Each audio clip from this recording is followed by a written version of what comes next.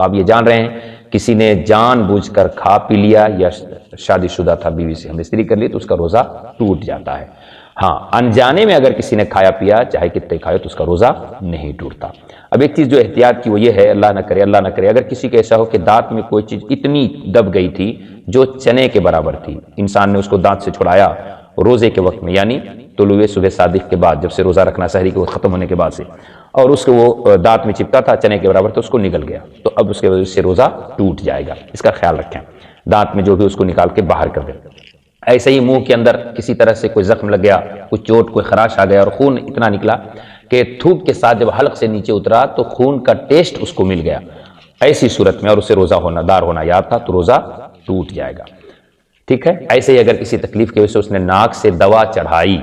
تو بھی روزہ ٹوٹ جائے گا۔ ہاں، اگر پانی کھینچا اور چلا گیا تو اس سے روزہ نہیں ٹوٹ رہا تھا۔ ایک بار اور یاد رکھیں، کبھی کبھی وضو کرنے میں غسل کرنے میں آدمی کلی کرتا ہے، روزہ دار ہونا اس کو یاد ہے اور کلی ایسا کیا کہ جھٹکے میں پانی حلق سے نیچے اتر گیا اور روزہ دار ہونا یاد تھا تو روزہ ٹوٹ گیا۔ ہاں، چاہے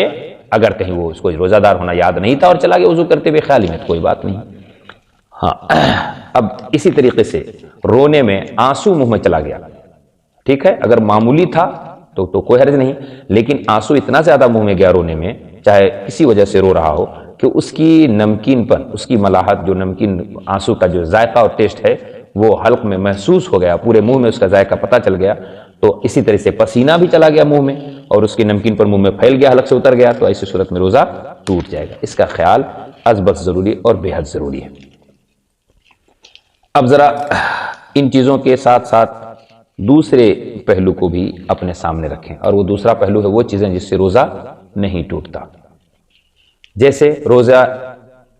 یاد ہونے کے باوجود بھی مکھی یا غبار یا دھواں حلق میں چلے جانے سے روزہ نہیں ٹوٹتا، ٹھیک ہے، خواہ غبار آٹے کا ہو یا چکی پیسنے یا آٹا چھاننے میں اڑتا ہو، کسی طرح کا گرد و غبار دھواں دھکڑ آ گیا اور حلق سے نیچے اتر گیا، ایسی صورت میں بھی اس سے روزہ نہیں ٹوٹتا۔ اسی طرح سے اگر بتی وغیرہ کی مہک وہک سے بھی روزہ نہیں ٹوٹتا۔ ایسے ہی انسان کے منہ میں زیادہ تھوک آتا ہے یا بلغم آتا ہے اور منہ ہی میں تھا اور اس سے نگل گیا تو اس سے بھی روزہ نہیں ٹوٹتا، بار بار آدمی کتنا تھوکتا رہے گا، ان چیزوں سے بھی روزہ نہیں ٹوٹتا، اس کا خیال رکھیں۔ اچھا، اب یہ یہاں وہ ایک صورت ہے کہ انسان نے انجیکشن لگایا، ضرورت پڑی اس کو انجیکشن لگانے کی، تو کہتے ہیں انجیکشن چاہے رگ میں لگایا ہو چاہے گوشت میں لگایا ہو، ٹھیک ہے، کہیں بھی لگایا ہو تو انجیکشن چاہے رگ میں لگوائیں یا گوشت میں لگوائیں، باہر صورت روزہ نہیں ٹوٹتا، اس کا خیال رکھیں، ٹھیک ہے، کیونکہ یہ جو گوشت میں انجیکشن لگتا ہے یا رگ میں جو انجیکشن لگتا ہے تو یہ انجیکشن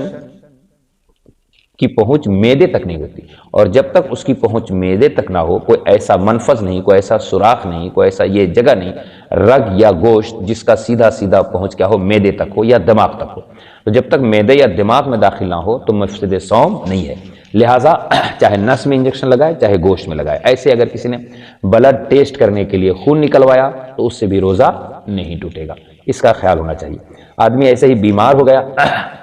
کسی طرح کی کوئی دقت اور تکلیف ہو گئی، ایسے اس کو ڈریپ لگوانے کی ضرورت پڑی تو ڈریپ لگوانے کی صورت میں بھی، پانی سلائن کرنے کی صورت میں بھی روزہ اس کا نہیں ٹوٹے گا۔ تو یہ خیال ہونا چاہیے کہ ہم روزہ تو رکھتے ہیں مگر روزے کے حالت میں ہمیں کچھ چیزوں کا بہت احتیاط کرنا چاہیے۔ ایسے جیسے میرے کچھ بھائی ہیں، نیم کا مسواک لے لیا، کافی وہ کڑوا ہوتا ہے، اب نیم کا مسواک لے کر انسان گھنٹوں منہ میں رکھ کے ٹہل رہا ہے، ایسی صورت میں اس سے احتیاط کی ضرورت ہے کہ وہ خود ہی کافی کڑوا ہوتا ہے، اب اتنے کڑوے کو دیر تک لے کر آپ چلیں گے اور ٹہلیں گے تو آپ سوچیں کہ اس کا ذائقہ کتنی کثرت سے آپ کے منہ میں اترے گا، اس لیے ایسی صورت میں بندے کو احتیاط کرنی چاہیے کہ وہ جلدی سے مسواک کریں، منٹ 2 منٹ لگے گا اور اس کے بعد منہ دھول کر تب چلیں، یہ نہیں کہ آدھے گھنٹے سے منہ میں جو ہے مسواک کو لگا کر ٹہلتے رہیں اور گھومتے رہیں۔ اب ان صورت میں جو میں نے آپ کی خدمت میں عرض کیا، ان صورت میں انسان کہ کن صورتوں میں روزہ نہیں ٹوٹتا، کن صورتوں میں روزہ ٹوٹتا ہے، اب نیت ہماری کب معتبر ہوگی۔ اب آنے والے بیان میں ہم آپ کی خدمت میں وہ صورت رکھیں گے کہ انسان روزہ جب رکھے گا تو کس حالت میں روزے کے ٹوٹنے کی صورت میں اس سے کفارہ لازم ہوگا اور کس صورت میں وہ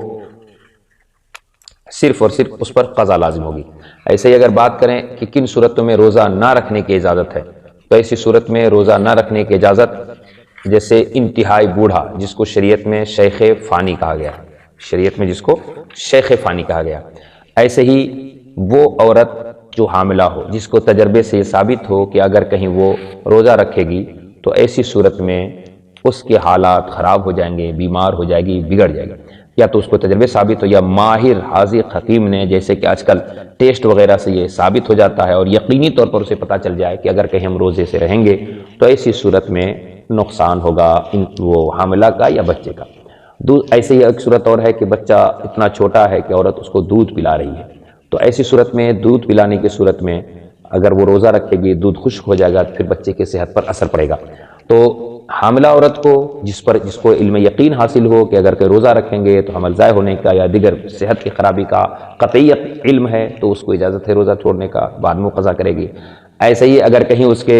بچے چھوٹا اتنا ہے کہ اس کو دودھ پلا رہی ہے کہ اگر کہیں وہ روزہ رکھے گی، دودھ خشک ہو جائے گا تو بچے کی صحت اثر پڑے گا، ایسے کو روزہ چھوڑنے کی اجازت ہے، بعد میں قضا کرے۔ ایسے مسئلہ ہے یہ شیخ فانی کا کہ شیخ فانی اتنا کمزور ہے، اتنا ضعیف ہے کہ وہ روزہ نہیں رکھ سکتا، تو ایسی صورت میں اس سے بھی روزہ نہ رکھنے کی اجازت ہے۔ اب یہ لوگ جو صحت مند ہو جائیں، جیسے حاملہ ہیں یا مریضہ ہیں یا وہ بیمار ہیں، وہ اتنی بیمار ہیں کہ روزہ نہیں رکھ سکتے، بیماری اس کے لیے مہلک ہو جائے گی، تو ایسی صورت میں بیماری بڑھ جائے گی، تو ایسی صورت میں اس مریض کو، اس حاملہ کو اور اس دودھ پلانے والے عورت کو بعد میں قضا کرنے کی اجازت ہے۔ اب یہ جو شیخ فانی ہے، اگر آگے ایسے وہ جو مریض ہے، مریض ٹھیک ہو جائے گا تو بعد میں قضا کرے گا، لیکن شیخ فانی کے ٹھیک ہونے کی صورت نہیں ہے تو اب اس کے پاس اگر مال ہے تو اس مال سے اس کے لیے فدیہ دیے جائیں گے۔ اب اس کے علاوہ جو بھی ہیں صاحب صحت ہیں، استطاعت ہیں، صحت ٹھیک ہے، اس کے بعد بھی روزہ نہیں رکھتے، تو یاد رکھیں، میں نے گزشتہ اس سے پہلے والے پروگرام میں عرض کیا تھا، بخاری شریف کی حدیث ہے کہ روزے دار کی منہ کی مہک اللہ کے نزدیک مشک سے زیادہ پسندیدہ ہے۔ اب یہ کتنا بندہ خوش نصیب ہے کہ روزہ رکھتا ہے اور اللہ تعالیٰ اس کی مہک کو مشک